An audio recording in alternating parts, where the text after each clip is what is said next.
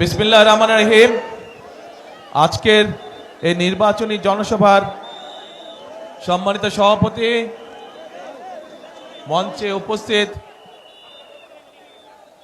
ফেনী, নোয়াখালী, লক্ষ্মীপুর 3 জেলার নেতৃবৃন্দ, উপস্থিত নেতৃবৃন্দ, আমার সামনে মাঠে এবং মাঠের বাইরে উপস্থিত মুরব্বীবর্গ, উপস্থিত এলাকাবাসী, প্রিয় সহকর্মীবৃন্দ, ভাই ও বোনেরা, আসসালামু আলাইকুম। আসসালামু আলাইকুম। কেমন আছেন সবাই? আচ্ছা, আজকে এই যে বহু বছর পরে ফেনীতে এসেছি আমি, আজকে সকালে আমার প্রথম মিটিংটা ছিল চট্টগ্রামে।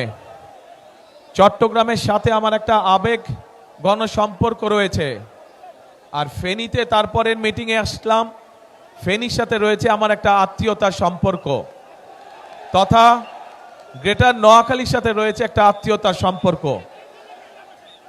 প্রিয় ভাই বোনেরা, আপনাদের যেমন দাবি আছে বিএনপির কাছে, ঠিক একইভাবে বিএনপিরও কিন্তু দাবি আছে আপনাদের কাছে। ঠিক ঠিক বলেছে? এই যে পিছনে যারা আছেন, ফেনী, নোয়াখালী, লক্ষ্মীপুরের মানুষের যেমন বিএনপির কাছে একটা দাবি আছে, জোর দাবি এলাকার উন্নয়নের ব্যাপারে, মানুষের সমস্যা দূর করার ব্যাপারে, ঠিক বিএনপিরও একটা দাবি আছে না আপনাদের কাছে? কি সেই দাবি? কি সেই দাবি? ধানের শীষকে জয়যুক্ত করা, ধানের শীষকে জয়যুক্ত করা। এখন প্রিয় ভাই বোনেরা, আমরা রাজনীতি করি, আমরা রাজনীতি করি কাদের জন্য? দেশের মানুষের জন্য আমরা রাজনীতি করি। স্বাভাবিকভাবেই আমরা যখন দেশের মানুষের জন্য কাজ করতে চাইব, তখন আমাদের পরিকল্পনা থাকতে হবে। আমরা যা বলবো, আমরা আপনাদের সামনে চেষ্টা করব সেই কাজগুলো বাস্তবায়ন করার জন্য। কারণ আমরা মনে করি জনগণই হচ্ছে বিএনপির সকল রাজনৈতিক ক্ষমতার উৎস। সেই জন্যই প্রিয় ভাই বোনেরা, আপনারা দেখেছেন যে যখন আমি এই দেশে আসলাম প্রায় 17 বছর পরে, স্বৈরাচারের পতনের পরে, তখন কিন্তু আমি একটি কথা বলেছিলাম যে আমি দেশের মানুষের জন্য কিছু পরিকল্পনা তৈরি করেছি। সেই পরিকল্পনাগুলি হচ্ছে কিভাবে, একটি পরিকল্পনা হচ্ছে যে কিভাবে দেশের যে নারী সমাজ আছে, বিশেষ করে গ্রাম অঞ্চল সহ শহর অঞ্চলের যে যারা পরিশ্রম করে খেটে খাওয়া মানুষ, এই মানুষগুলোর ভেতর পরিবারগুলোর মধ্যে নারীদের জন্য একটি ফ্যামিলি কার্ড আমরা দিতে চাই। যেই ফ্যামিলি কার্ডের মাধ্যমে প্রতি মাসে প্রত্যেক গৃহিণী সরকারের পক্ষ থেকে একটি অল্প হলেও একটি সহযোগিতা পাবে। কেউ কেউ বলছে যে এই অল্প সহযোগিতা কি সংসার চলবে? আমরাও জানি চলবে না, কিন্তু 4 সপ্তাহে, 1 মাসে 4 সপ্তাহ, অন্তত 1 সপ্তাহের সহযোগিতাও যদি আমরা করতে পারি সরকারের পক্ষ থেকে, তাহলেও তো অনেক মানুষের জন্য সেটি একটি অনেক বড় সুবিধা, তাই নয়? রাইট। তারপরে আসেন, আরেকটি পরিকল্পনা গ্রহণ করেছি।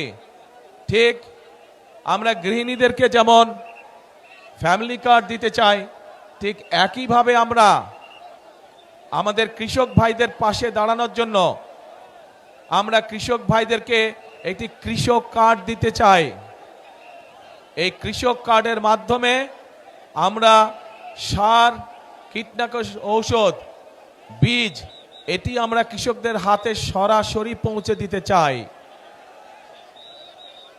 প্রিয় ভাই বোনেরা, এর বাইরে এই যে মজনু একটু আগে বলল যে ফেনীতে একটি মেডিকেল কলেজ দরকার, ইনশাল্লাহ আমরা মেডিকেল কলেজ করব, কিন্তু একই সাথে আমরা আপনারা যাতে চিকিৎসা সুবিধা পান, বিশেষ করে গ্রামের মানুষ, বিশেষ করে মহিলা এবং নারীরা এবং শিশুরা যাতে করে চিকিৎসা সুবিধা পায়, তার জন্য আমরা সারা দেশে গ্রামে গ্রামে হেলথ কেয়ারের আমরা দিতে চাই। এই হেলথ কেয়ারেরটা কি? এখানে অনেক মুরব্বী উপস্থিত আছেন। আপনাদের মনে আছে শহীদ জিয়ার সময় পল্লী চিকিৎসক ছিল না? পল্লী চিকিৎসক নাম শুনেছেন? কারাগারে শুনেছেন? হাত তুলেন থেকে। এই তো পল্লী চিকিৎসক, ওই যে পিছন দিকে পল্লী চিকিৎসক নাম শুনেছেন? এই জনসভার পিছন দিকে, এই যে রাস্তার ওখানে সাইডে, আপনারা শুনেছেন পল্লী চিকিৎসক? আচ্ছা, এই পল্লী চিকিৎসকের মতন, ধন্যবাদ, হাত নামান। এই পল্লী চিকিৎসকের মতন আমরা হেলথ কেয়ারে দিতে চাই, যাদের কাজ হবে ঘরে ঘরে মা বোনদের কাছে স্বাস্থ্য সেবা যাতে পৌঁছে দিতে পারে, যাতে করে ছোটখাটো অসুখ বিসুখের চিকিৎসা এই হেলথ কেয়ারের মা বোন এবং শিশুদেরকে ঘরে ঘরে গিয়ে সেবা দিবে। তাদেরকে কষ্ট করে আসতে হবে না হাসপাতালে, যদি বড় কোনো, আল্লাহ না করুক, বড় কোনো অসুখ বিসুখ না হয়। এরপর আমরা আরেকটি কর্মসূচি পালন করতে চাই। প্রিয় ভাই বোনেরা, আপনাদের মনে আছে এই 1 বছর, সোয়া বছর আগে হঠাৎ করে একটা বন্যা আসলো, ফেনী নদীর পানি দিয়ে আসলো না? আপনারা বহু মানুষের এই ফেনী, লক্ষ্মীপুর, তারপরে নোয়াখালীর বহু অঞ্চল, বহু মানুষের ঘর বাড়ি নষ্ট হয়ে গেল, জমির ফসল নষ্ট হয়ে গেল, গবাদি পশু হাঁস মুরগি নষ্ট হয়ে গেল, হয়েছে না? আমরা সারা দেশে খাল খনন শুরু করতে চাই। খাল খনন করবেন আপনারা কি ভাই? পিছনে যারা আছেন খাল খনন করবেন? এই যে পিছনে দেখি না তো, ওই যে খাল খনন করতে চান? তাহলে আমরা খাল খনন করবো ইনশাল্লাহ। খাল খনন করলে কি উপকার হবে এলাকার মানুষের? কি ভাই, হবে? আচ্ছা ইনশাল্লাহ, তাহলে আমরা খাল খনন করব। ঠিক একইভাবে আরেকটি পরিকল্পনা আছে আমাদের। সেই পরিকল্পনাটি হচ্ছে, আমাদের সমাজে বহু তরুণ এবং যুবক আছে, যুব সমাজের, এদের অনেকেরই চাকরি বাকরি কর্মসংস্থানের ব্যবস্থা নেই। আমরা এই মানুষগুলোর জন্য চাকরি বাকরি কর্মসংস্থানের ব্যবস্থা করতে চাই। তার জন্য আজকে চট্টগ্রামে বলেছি, আপনারা শুনেছেন ইপিজেড আছে চট্টগ্রামে। এরকম ইপিজেড চট্টগ্রামে যেমন হয়েছে শহীদ জিয়ার সময়, দেশনেত্রী খালেদা জিয়ার সময়, ঠিক একইভাবে এরকম ইপিজেড ইনশাল্লাহ আমরা ফেনী অঞ্চলেও নিয়ে আসতে চাই, যাতে করে এই এলাকার মানুষ সেই সব মিল ফ্যাক্টরিতে চাকরি সংস্থান করতে পারে। শুধু এটাই নয়, আমরা চাই আমাদের এই এলাকার অনেক মানুষ, উপজেলা পর্যায়ে, গ্রাম পর্যায়ের অনেক তরুণ যুবকরা বিদেশে যায় না আপনাদের এখান থেকে? কিন্তু এই মানুষগুলোকে যদি একটু ট্রেনিং দেওয়া যায় বিভিন্ন বিষয় এবং ভাষা শিক্ষা দেওয়া যায়, তাহলে আপনাদের এই যে বিদেশে যান, তার জন্য আরো ভালো বেতনের ব্যবস্থা করা যায়, ভালো বেতনের চাকরি আপনারা সংস্থান করতে পারবেন। সেজন্য আমরা চাই আমাদের তরুণ যুবকদেরকে বিভিন্ন রকম ট্রেনিং দিয়ে এবং ভাষা শিক্ষা দিয়ে আমরা তাদেরকে বিদেশে পাঠাতে চাই। তাতে তারও লাভ হবে, দেশেরও লাভ হবে, কারণ সে তখন ভালো বেতনের চাকরি করতে পারবে এবং একই সাথে সে দেশের জন্য বেশি পরিমাণ বৈদেশিক মুদ্রা পাঠাতে পারবে, যা দিয়ে আমরা দেশের মানুষের জন্য মিল কারখানা ব্যবস্থা করতে পারবো। প্রিয় ভাই বোনেরা, এই যে যেই পরিকল্পনাগুলো আপনাদের সামনে তুলে ধরলাম, এই পরিকল্পনাগুলো কি আপনারা মনে করেন এগুলো বাস্তবায়ন করতে পারলে দেশের মানুষের ভাগ্যের পরিবর্তন ঘটবে? কি মনে করেন আপনারা? পরিকল্পনাগুলো ঠিক আছে কি ভাই বোনেরা? পরিকল্পনা ঠিক আছে? আচ্ছা ঠিক আছে। তো পরিকল্পনা যদি এখন ঠিক থাকে, পরিকল্পনা যদি ঠিক থাকে, তাহলে এই পরিকল্পনা আস্তে আস্তে, কথা শুনতে হবে তো, কথা শুনতে হবে তো, কথা শুনতে হবে।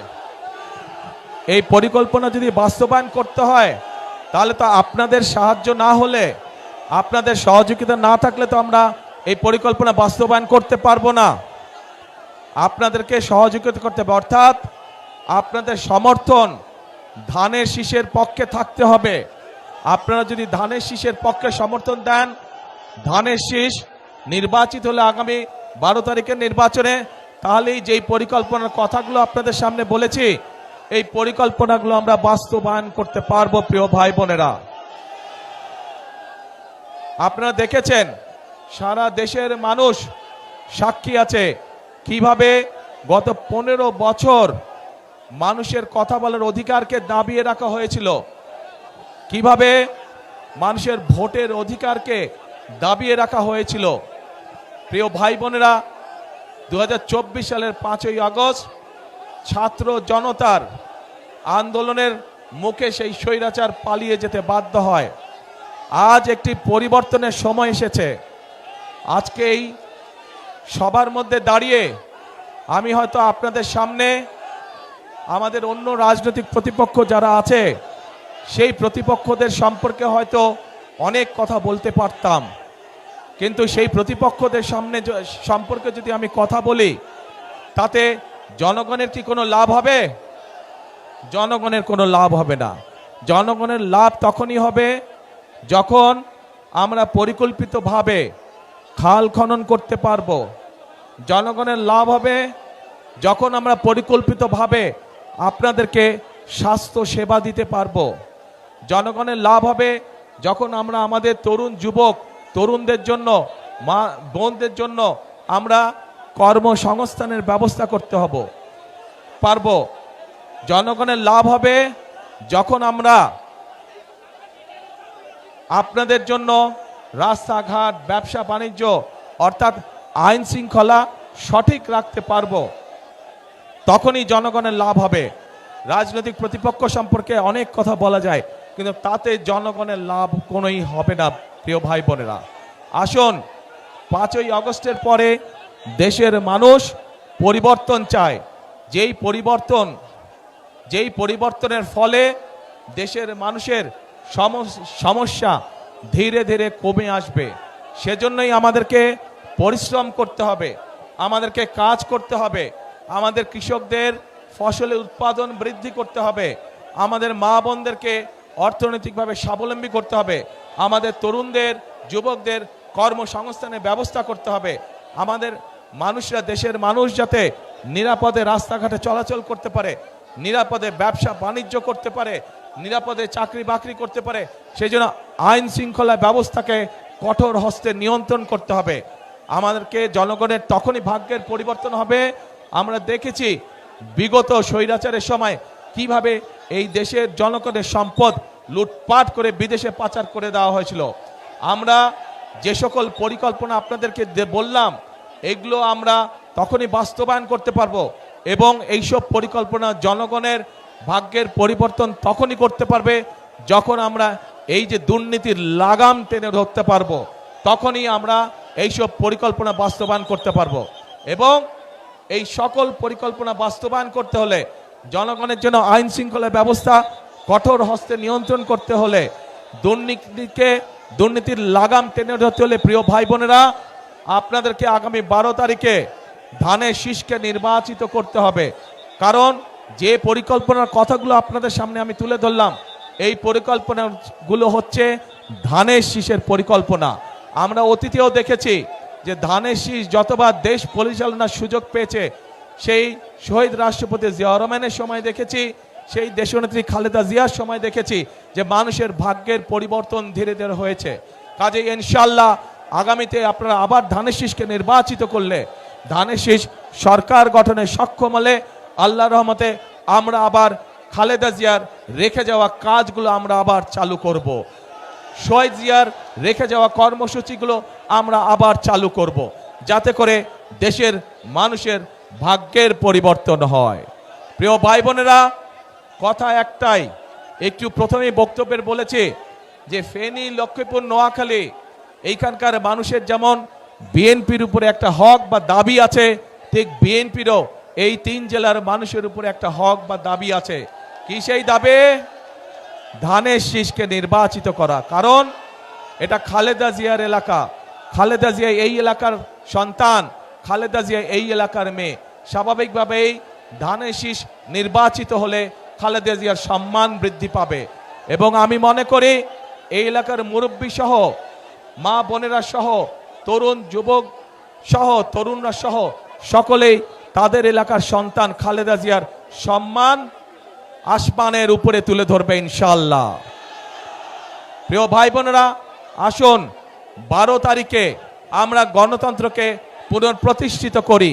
কারণ গণতন্ত্র যদি পুনঃপ্রতিষ্ঠিত হয়, দেশে যদি জবাবদিহিতা থাকে, যদি আপনার নির্বাচিত জনপ্রতিনিধি থাকে, তাহলেই একমাত্র এলাকার সমস্যার সমাধান করা সম্ভব হবে। বিগত 15 বছর ধরে সারা বাংলাদেশের কোথাও কোনো সত্যিকার অর্থে জনপ্রতিনিধি ছিল না, এবং যেহেতু সত্যিকার অর্থে জনগণের প্রতিনিধি ছিল না, সে কারণেই দেশের আজকে এই অবস্থা। আমরা দেখেছি কিছু সংখ্যক মানুষের ভাগ্যের পরিবর্তন হয়েছে, কিন্তু 98% মানুষের ভাগ্যের কোনো পরিবর্তন হয় নাই। আমাদের কাজ হচ্ছে গ্রামের, দেশের খেটে খাওয়া মানুষের ভাগ্যের পরিবর্তন করা। আপনারা গণতন্ত্রের বুনিয়াদ যদি শক্তিশালী করতে হয়, তাহলেই একমাত্র সম্ভব জনগণের অংশগ্রহণের মাধ্যমে গণতন্ত্রের বুনিয়াদ শক্তিশালী করা। এবং গণতন্ত্রের বুনিয়াদ যত শক্তিশালী হবে, তত মানুষের ভাগ্যের পরিবর্তন হবে। প্রিয় ভাই বোনেরা, আমরা বিশ্বাস করি এই দেশকে যদি এগিয়ে নিতে হয়, বাংলাদেশের মানুষ যেভাবে এই দেশকে কল্পনা করে, বাংলাদেশের মানুষ তাদের সামনে এই দেশের সম্পর্কে যে প্রত্যাশা, সেই প্রত্যাশা তখনই বাস্তবায়ন করা সম্ভব আমরা যারা গণতন্ত্রে বিশ্বাস করি, আমরা সকলে যদি ঐক্যবদ্ধ থাকি, তাহলেই একমাত্র সম্ভব বাংলাদেশের প্রত্যাশিত বাংলাদেশকে গড়ে তোলা। এবং সেই প্রত্যাশিত বাংলাদেশ গড়ে তুলতে হলে আপনাদের সকলের সহযোগিতা প্রয়োজন। আপনাদের সহযোগিতাই একমাত্র পারে একটি সুন্দর ভবিষ্যৎ বাংলাদেশ গড়ে দিতে। সেজন্যই আমি সবসময় একটি কথা বলি, করব কাজ, কে করব কাজ, গড়ব দেশ, সবার আগে বাংলাদেশ। আবার বলি, করব কাজ, সবার আগে বাংলাদেশ। প্রিয় ভাই বোনেরা, এই যে এখানে দাঁড়ান তো, আপনারা সামনে আসেন সবাই, আপনার প্রার্থীরা সব এখান দিয়ে দাঁড়ান, দাঁড়ান এখান দিয়ে, এটা লাগবে না, সরি অপু, এটা লাগবে না।